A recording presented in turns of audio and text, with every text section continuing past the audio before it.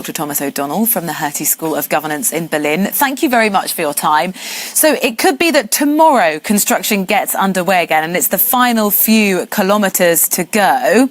Is Nord Stream 2 now unstoppable? To the contrary, it's dead. I mean, perhaps anybody who's watched European geopolitics for a while knows there are sort of, what shall we say, Russian disinformation campaigns. And there's something quite complex going on here. In a nutshell, there's 2.6 kilometers of the pipeline that are in less than 30 meters of water, and the sanctions apply for over 30 meters of water. So as a sort of propaganda thing, to show that the pipeline is supposedly still alive, the Russians who own this 100% are carrying this out. But the whole rest of the area, in Danish waters especially, it cannot be rebuilt and it will not be rebuilt. I can't see any way, knowing all the details of these complex sanctions, there's any way to get around them. So what do you think is going to happen? Well, the pipeline is essentially dead. And now, so the question is, the German government doesn't particularly want to say it's dead and then have some liability with the company, so it's a delicate matter for them. The EU doesn't have much interest in actually helping the German government. The EU never backed this pipeline. The Parliament has voted against it, has made it very clear. The European Commission has basically consistently been against this. And they tried, the German and Russian, Berlin and Moscow tried to do this under German law, and the EU forced European law on it.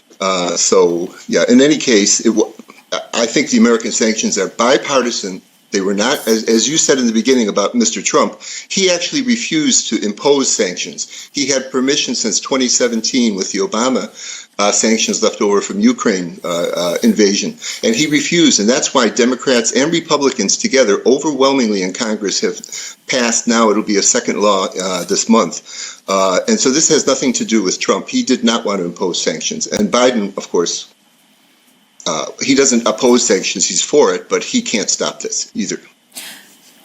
It's an unusual opinion for us to hear on this programme. Other people that we've spoken to seem to think it is unstoppable. So if you could just define for us the basis of why it is you think, regardless of whatever construction plans are underway tomorrow, that this pipeline is never going to get completed.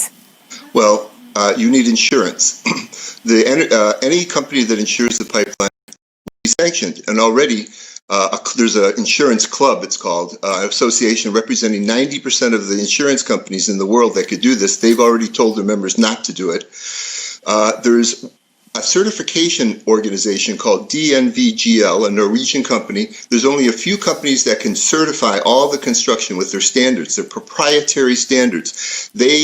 When they were confronted by the American officials, they backed down. They will not certify the pipeline. They will not certify the ship. So they have to find, the Danes required that this organization certify the pipeline in their waters. If any other, it would have to be a major company that was capable of such a thing stepped up. They don't want to be sanctioned. They're building as many pipelines for the Americans. So that's just on the insurance and the certification front. But the ships also, tens of German companies have gotten calls, my understanding, this month, informing them that if they proceed, they'll be sanctioned. And this report is going to Congress. It's required to be sent to Congress. The State Department will send it in the next few days, is my understanding, listing the companies that have and have not cooperated with the sanctions.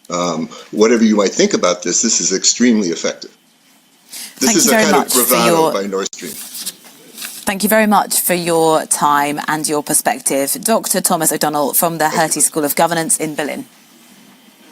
Still to come here, 2020 was supposed to be a year of sporting successes, among other things, but while it may not have lived up to expectations, preparations are well underway.